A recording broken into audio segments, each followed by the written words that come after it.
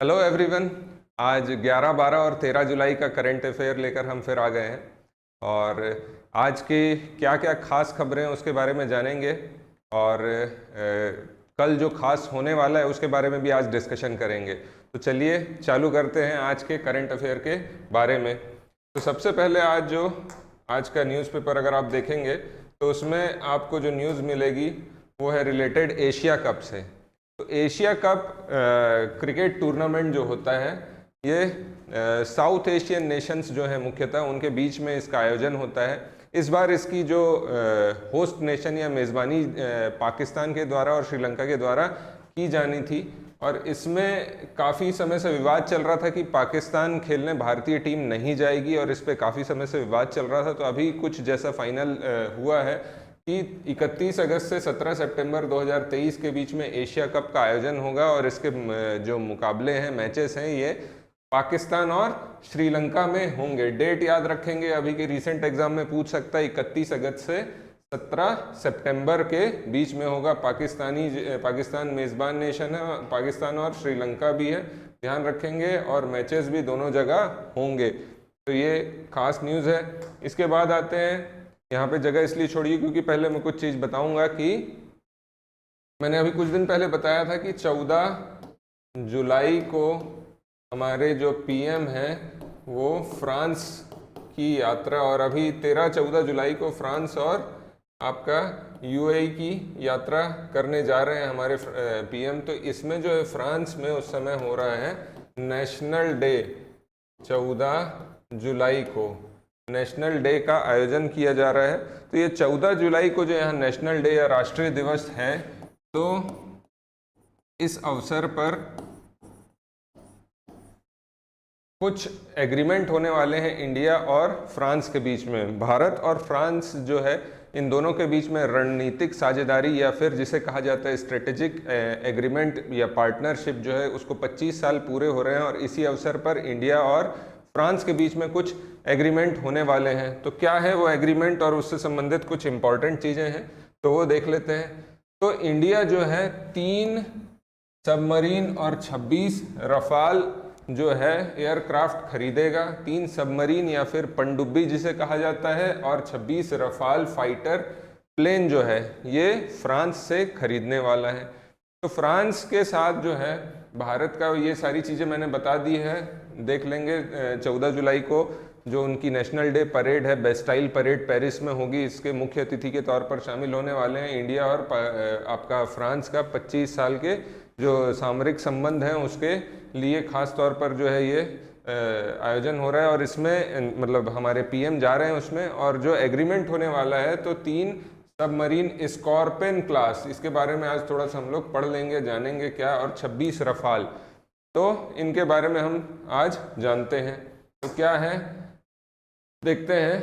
तो इंडिया और फ्रांस के बीच में 1997 में एक एग्रीमेंट हुआ था जिसे कहा जाता है प्रोजेक्ट 75।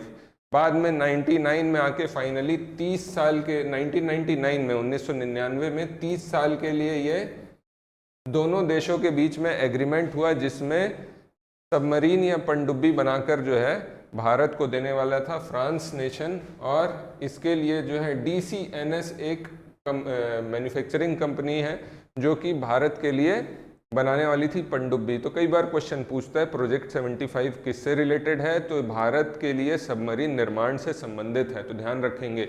तो इसमें शुरुआत में कम पनडुब्बियाँ शामिल थी बनाने की बात जो फ्रांस के द्वारा भारत को दी जाएंगी। इसे बाद में बढ़ाकर जो है 24 कर दिया गया और ये 24 में से जो है 18 जो है डीजल या कन्वेंशनल आधारित जो पारंपरिक तकनीक से चलती होगी वैसी पनडुब्बी थी और उसमें से 6 जो है ये न्यूक्लियर पावर्ड थी, है ना। न्यूक्लियर ऊर्जा या फिर नाभिकीय ऊर्जा से संचालित ये रहने वाली थी 6।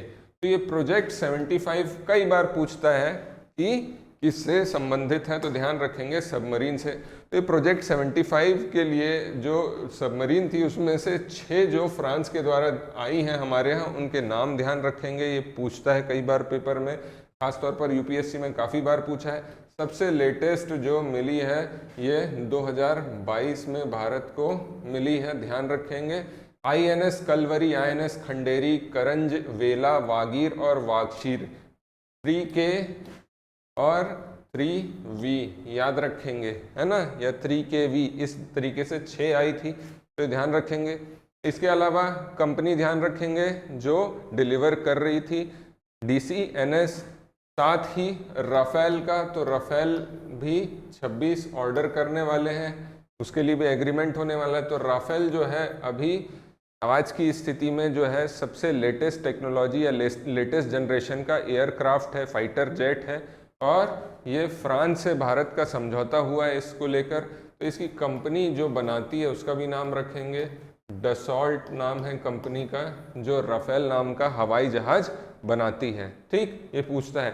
अब क्वेश्चन पूछता है, जैसे मैंने अभी कहा कि न्यूक्लियर पावर सबमरीन की बात की थी, जो न्यूक्लियर ऊर्जा से संचालित होती है, तो भारत में सबमरीन्स का वैसे ही जो क्वांटिटी है कम है काफ़ी।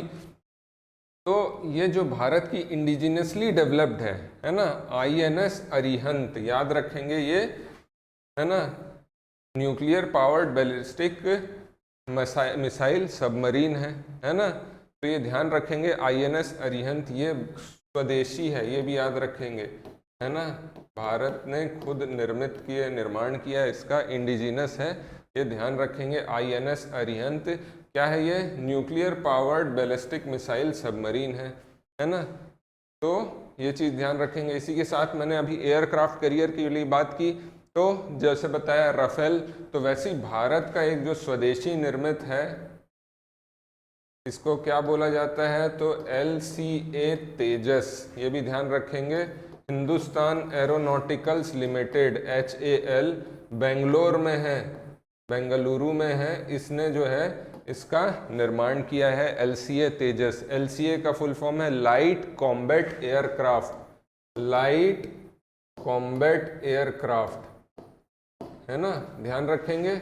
एक ही व्यक्ति इसमें बैठ सकता है LCA तेजस में। क्वेश्चन पूछ चुका है पहले भी PSC के द्वारा छत्तीसगढ़ की। ठीक, आगे चलते हैं, और क्या खास चीज़ें हैं। इसके अलावा अभी एक क्रूज शिप भी बनाया गया है जो कि विश्व का सबसे बड़ा है, जिसका नाम है आइकन ऑफ द सीज नाम से। ये टाइटैनिक से लगभग 5 गुना बड़ा है और 10,000 पैसेंजर प्लस, मतलब यात्री प्लस जो स्टाफ होगा उन सबको लेकर जो है ये ट्रेवल कर सकता है। ये फिनलैंड के द्वारा बनाया गया है, ध्यान रखेंगे, फिनलैंड स्कैंडिनेवियन नेशन है। ठीक, तो ये लार्जेस्ट क्रूज शिप है, आइकन ऑफ द सीज। आगे आते हैं चंद्रयान 3। कल 14 जुलाई को डेट लिखी हुई है, 2:35 पर जो है ये प्रक्षेपण होने वाला है, लॉन्चिंग होने वाला है। तो ध्यान रखेंगे चंद्रयान 3 का। और इसके पहले ये कब पहुंचेगा, ये तो 24-25 जुलाई के आसपास जो है लैंड करेगा मून में। तो ये चीज़ ध्यान रखेंगे। कल 2:35 को DD1 लगा के देख लेना, आपको देखने को मिल जाएगा। बड़ा ही भव्य प्रक्षेपण होता है, बहुत अच्छा फील होता है। ठीक, देखिएगा इसमें लैंडर और रोवर दोनों इंक्लूडेड है, ध्यान रखेंगे। लैंडर जो कि रोवर एक तरीके का रोबोट है, और लैंडर जो उस रोबोट को सतह में लैंड करने में मदद करेगा। इस समय जो रॉकेट यूज हो रहा है उसका नाम याद रखेंगे, फैट बॉय बोला जा रहा है इसको, है ना, LVM-M4 मार्क 4 का है, फैट बॉय कहा जा रहा है इसे। ठीक, ये अभी तक का सबसे लंबा और सबसे हैवीएस्ट रॉकेट है। कहाँ से लॉन्च होगा, श्रीहरिकोटा सतीश धवन स्पेस सेंटर से। तो ये चीज़ पक्का ध्यान रखेंगे, कल जब लॉन्च हो जाएगा उसके बाद और 24-25 जुलाई तक के इस चीज़ में अपडेट रहेंगे, इसमें से क्वेश्चन पक्का आएगा। ठीक, अब ये जुलाई का ही मंथ क्यों सिलेक्ट किया जाता है, लास्ट भी अगर हम देखेंगे चंद्रयान 2 का भी जब हमने किया था तो 22 जुलाई की डेट हमने तय की थी। तो ये जुलाई की डेट क्यों ली जाती है, तो इसके पीछे कारण ये है कि जुलाई में जो है मून और अर्थ के बीच में बहुत ज़्यादा निकटता रहती है। जैसे जो भी परिक्रमा करता है, रिवॉल्यूशन करता है चांद अर्थ के अगल बगल में, तो एक सिचुएशन में ये अर्थ के बहुत पास आता है और एक सिचुएशन में पास आता है और एक में बहुत दूर रहता है। तो जो पास में रहता है ये फिर या भू समीपक कहा जाता है, इसे भू समीपक या पेरिजी कहा जाता है जब ये चंद्रमा और पृथ्वी की दूरी बहुत निकट हो। तो ऐसी स्थिति में अगर हम कोई रॉकेट या कोई भी चीज़ छोड़ रहे हैं जो कि मून भेजना है, तो हमें एफिशिएंसी मिलेगी इसमें। क्यों? क्योंकि हमारा फ्यूल खपत कम होगा, खर्चा कम होगा, सारी चीज़ें। तो इस कारण से जब ये निकट है तब उस समय भेजा जा रहा है। तो ये चीज़ ध्यान रखेंगे और इसे क्या कहा जाता है? पेरिजी। अब ठीक इसके उल्टा जब ये दूर रहेगा तो उसे कहा जाता है एपोजी। ध्यान रखेंगे, एपोजी। ठीक। और इसी की तरह जब हम देखेंगे सन और अर्थ के बीच में जो डिस्टेंस होता है, जब एकदम निकट होगा, नियर होगा, तो उसे बोला जाता है, ध्यान रखेंगे, पेरीहीलियन। और जब एकदम फार होगा, दूर होगा, तब उसे कहा जाता है एपेरीहीलियन। ध्यान रखेंगे, सन से रिलेटेड है तो हीलियन शब्द आ गया। ठीक, पेरिजी, एपोजी। ठीक, आगे चलते हैं। अच्छा, एक चीज़ और यहाँ पे मैं बता देता हूँ कि ये हिंदी का भी लिखा हुआ है, इसे नोट कर लेंगे जिन्हें भी लग रहा है। ये जैसे भारत का नक्शा आप देख रहे हैं, कोई भी देश में जहाँ पे भी प्रक्षेपण केंद्र रहता है, लॉन्चिंग सेंटर रहता है, वो उस देश के ईस्टर्न साइड में, पूर्वी क्षेत्र में ही जो है रहता है। ध्यान रखेंगे, इसके पीछे कारण ये है क्योंकि हमारी अर्थ कैसे घूम रही है? वेस्ट से ईस्ट की ओर रोटेट हो रही है ना। तो इसमें अगर हम ईस्ट की तरफ से कोई रॉकेट को प्रक्षेपित करेंगे, जैसे श्रीहरिकोटा यहाँ से प्रक्षेपित करेंगे, तो अर्थ के रोटेशन का भी हेल्प मिल जाता है, जिससे ईंधन की खपत कम होती है। तो ये ध्यान रखना, हर जगह लगभग ईस्ट में ही स्थित रहता है। ठीक, आगे चलते हैं। मून क्यों ज़रूरी है पृथ्वी के लिए? तो कुछ पॉइंट है। एक तो भाई जो कंट्रोल करता है मोशन को, अपने गुरुत्वाकर्षण के कारण जो है गति को नियंत्रित करता है, किसकी? पृथ्वी की।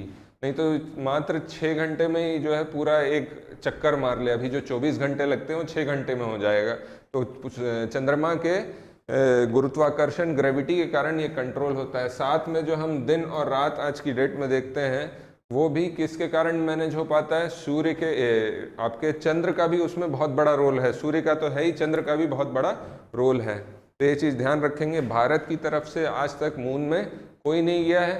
प्रथम व्यक्ति जो भारत की तरफ से स्पेस में गए हैं, ध्यान रखेंगे, कौन है? तो राकेश शर्मा है, पायलट थे ये। राकेश शर्मा यूएसएसआर के अंतरिक्ष अभियान में साथ में गए थे। राकेश शर्मा भारत, ये स्पेस में गए। भारत की तरफ से कोई भी व्यक्ति मून में नहीं उतरा है। आज तक के मात्र 12 लोग जो है मून की सतह पर वॉक किए हैं, पूरे 12 मनुष्य, ह्यूमन। और आखिरी बार जो व्यक्ति गया था वो 1972 में। 1972 के बाद कोई भी व्यक्ति मून की सतह पर नहीं गया। ऐसे तो 24 एस्ट्रोनॉट गए हैं मून पर, लेकिन सतह पर उतरने वाले मात्र 12 हैं। तो ये चीज़ ध्यान रखेंगे। मून से संबंधित कुछ कुछ फैक्ट हमने देखे। अब जैसे क्रिकेट लीग है, भारत में क्रिकेट लीग IPL, जो कि विश्व में सबसे ज़्यादा लोकप्रिय एक लीग है क्रिकेट से संबंधित। और इससे रिलेटेड जो भी ग्लैमर है, प्लस जो भी इनकम की जा सकती है, हर जगह लोगों को आकर्षित कर रही है। और आप देखेंगे ऑलमोस्ट हर देश में एक ऐसी लीग चल रही है। तो अभी रिसेंट में ही आप देखेंगे कि अमेरिका में भी कई सारे भारतीय प्लेयर जो हैं वहाँ जाकर क्रिकेट खेलना प्रारंभ किए। और अमेरिका, USA में भी जो है अब धीरे से इंटरेस्ट डेवलप हो रहा है क्रिकेट से रिलेटेड। और एक लीग जो USA में चालू हो रही है, मेजर क्रिकेट लीग T20 की, ध्यान रखेंगे, MLC नाम है, US में 13 से 30 जुलाई 2030 के बीच में, 23 के बीच में होगी। 13 से 30 जुलाई 2023 मेजर लीग क्रिकेट। आगे और देखते हैं हम। नेटो क्या है भाई? नेटो सबको ही जानते हैं, North Atlantic Treaty organisation.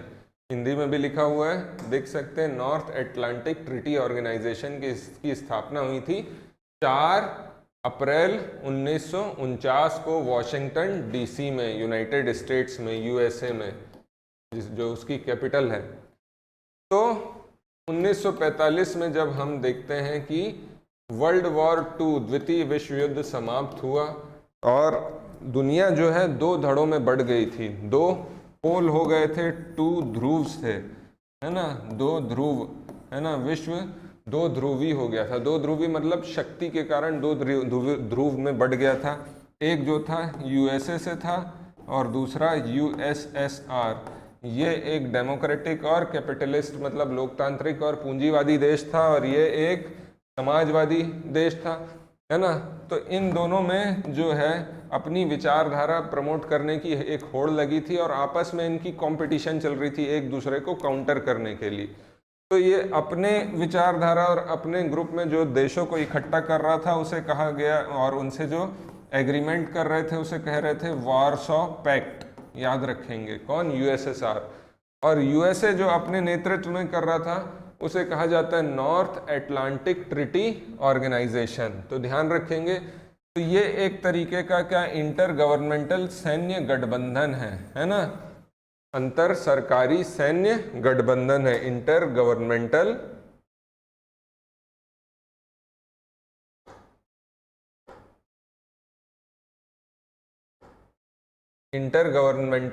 Military alliance है, ध्यान रखेंगे, ठीक। और इसमें अभी तक के 30 देश थे, 31वें देश के रूप में शामिल हुआ था फिनलैंड। यूरोप में ऊपर में आप देखेंगे एटलस में, अगर मैप में देखेंगे तो आपको कुछ स्कैंडिनेवियन नेशंस बोला जाता है इनको, तो वहाँ पर है ये। और उसी के बगल में एक है स्वीडन। तो ये 32वां देश स्वीडन भी अभी शामिल हो रहा है इसमें, तो ये चीज़ ध्यान रखेंगे। हाल ही में भारत को भी इसमें शामिल होने का न्योता मिला था जिसे भारत ने ठुकरा दिया है। तो ध्यान रखेंगे, पूछा जा सकता है पेपर में कि नेटो में अभी हाल ही में शामिल हुए देशों की क्या क्या नाम है। और इसके पीछे रीज़न ये है क्योंकि रशिया का जो यूक्रेन के साथ युद्ध हो रहा है, तो उसके बाद जो भी सिचुएशन बनी है उसमें स्वीडन ने जो है नाटो वाला पक्ष चुना है। इसके पहले जो है स्वीडन ने किसी के साथ भी जो है गठबंधन नहीं किया था, नॉन अलाइंड था ये शुरू से।